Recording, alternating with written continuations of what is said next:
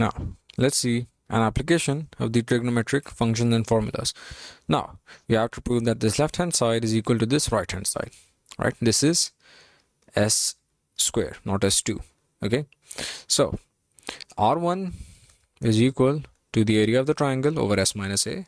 r2 is equal to the area of the triangle over s minus b. And r3 is equal to the area of the triangle over s minus c, right?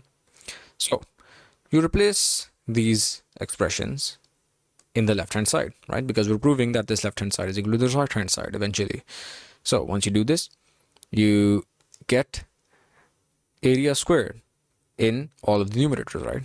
These two get multiplied, these two get multiplied, and these two get multiplied. So you get area squared in the numerators. Once you take these area squared common, you get this expression in the bracket, right?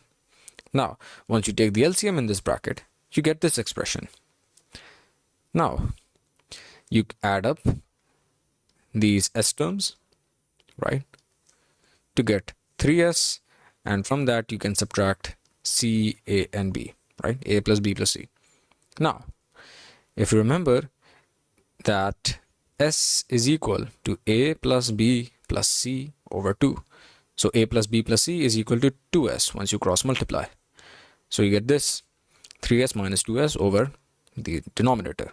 Now, you need to have an s in the denominator to use the Heron's formula. So what you do now is you multiply both the numerator with s and the denominator with s so that the overall value does not change.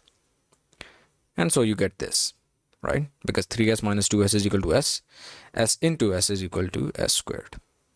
And you have this s in the denominator now.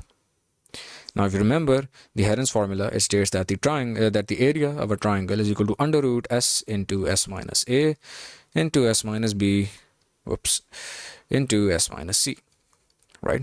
Whole under root. Now,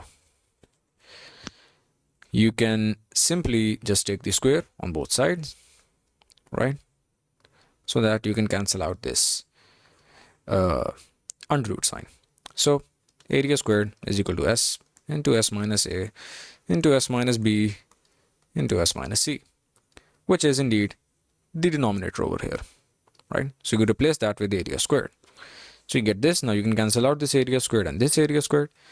You get the right hand side that we needed, which is s squared.